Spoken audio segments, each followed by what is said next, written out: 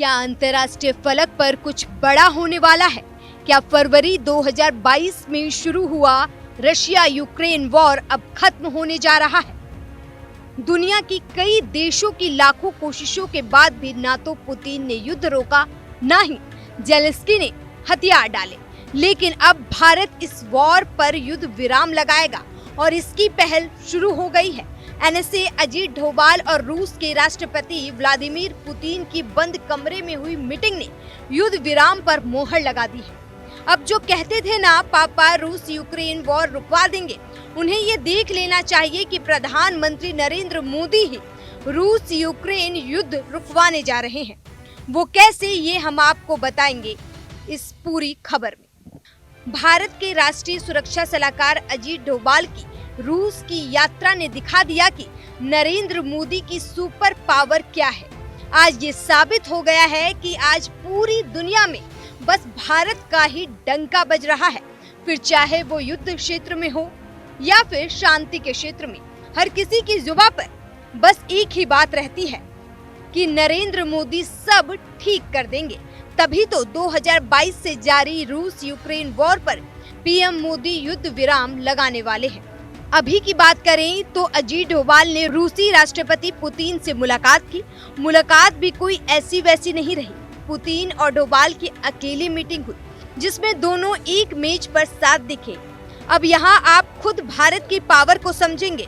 भारत का एनएसए का किसी देश के राष्ट्रपति से सीधे मिलना ये अपने आप में ही बड़ी बात है, क्योंकि आपने बस यही देखा होगा कि भारत के रक्षा मंत्री, वित्त मंत्री, विदेश मंत्री जब दूसरे देश में जाते हैं तो वो उस देश के रक्षा मंत्री और वित्त मंत्री से ही मिलते हैं। लेकिन हमारे देश के राष्ट्रीय सुरक्षा सलाहकार का सीधे हेड ऑफ स्टेट से मिलना ये अपने आप में दिखाता है कि आज भारत की पावर क्या है। बता दें कि पीएम मोदी की यूक्रेन यात्रा से जुड़ा संदेश अजीत डोभाल ने पुतिन को दिया।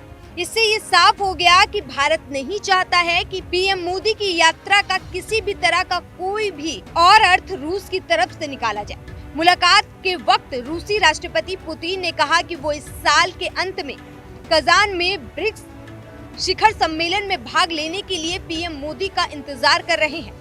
उन्होंने भारतीय पीएम के साथ दिव्य श्री शिखर सम्मेलन आयोजित करने का भी प्रस्ताव रखा है।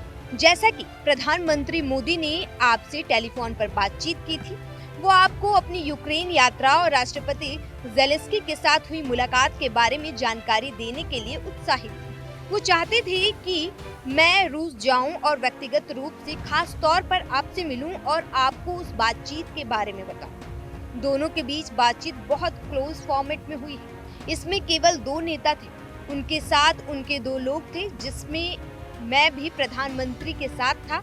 मैं इस बातचीत का गवाह हूँ। एनएसए के बाद रूसी सरकारी मीडिया आउटलेट ने अपनी रिपोर्ट में लिखा कि राष्ट्रपति पुतिन ने डोभाल के साथ मुलाकात के वक्त पीएम मोदी से बातचीत की इच्छा जताई। भारत के राष्ट्रीय सुरक्षा सलाहकार NSA Ajit Doval Saint Petersburg में राष्ट्रपति पुतिन से मिले। डोभाल 10-12 सितंबर तक होने वाली ब्रिक्स और ब्रिक्स प्लस उच्च स्तरीय सुरक्षा अधिकारियों की मीटिंग में हिस्सा लेने के लिए सेंट पीटर्सबर्ग पहुंचे थे। अजीत डोभाल की रूस यात्रा ऐसे समय पर हुई है जब यूक्रेन का युद्ध लगातार बढ़ता जा रहा है। यात्रा के दौरान यूक्रेन में युद्ध और शांति प्रयासों पर चर्चा की उम्मीद है, जबकि रूसी राष्ट्रपति पुतिन ने इस महीने की शुरुआत में कहा था कि चीन, भारत और ब्राजील यूक्रेन पर संभावित शांति वार्ता में मध्यस्थता के तौर पर काम कर सकते हैं। इसको लेकर विदेश मंत्री ने कहा कि संघर्ष में फंसे 6 भारतीयों को रूस ने हाल ही में रिहा कर दिया है। रूस से रिहा किए गए कुल भारतीयों की संख्या 45 तक पहुंच गई है। बता दें कि पीएम मोदी के दौरे के बाद से रूस ने अपनी सेना में भर्ती किए गए 45 भारतीयों को रिहा कर दिया है।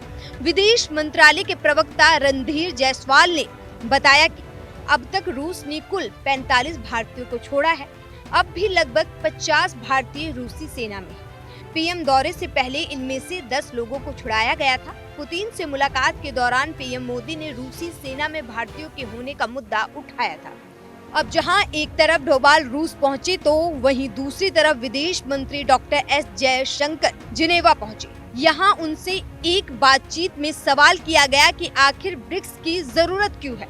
इस पर उन्होंने करारा जवाब देते हुए कहा कि अगर G20 के अस्तित्व में रहते हुए भी G7 अस्तित्व में रह सकता है तो ऐसा कोई कारण नहीं है कि ब्रिक्स का अस्तित्व ना हो।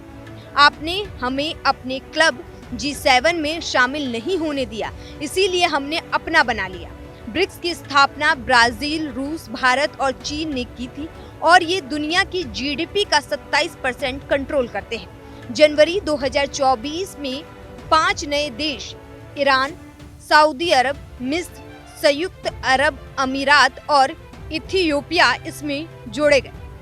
पुतिन ने एक बार फिर पीएम नरेंद्र मोदी के नेतृत्व में भारत के बढ़ते वैश्विक कद और मजबूत होती अर्थव्यवस्था की सराहना की। पुतिन ने सेंट पीटर्सबर्ग में भारत के NSA अजीत डोभाल के साथ अपनी बैठक के दौरान भारत की जमकर तारीफ की। रूसी राष्ट्रपति ने कहा कि हमारी विशेष रणनीतिक साझेदारी गति पकड़ रही है, मजबूत हो रही है, जिसे लेकर हम खुश हैं। हम खुश हैं कि भारत एक राष्ट्र के रूप में मजबूत हो रहा है और उसकी अर्थव्यवस्था विकसित हो रही है। ये सफलता प्रधानमंत्री मोदी के नेतृत्व में मिली है। इस खबर को लेकर आपकी क्या राय है, हमें कमेंट बॉक्स में जरूर बताएं। बाकी इस तरह की तमाम खबरों के लिए देखते रहिए लीडिंग भारत टीवी।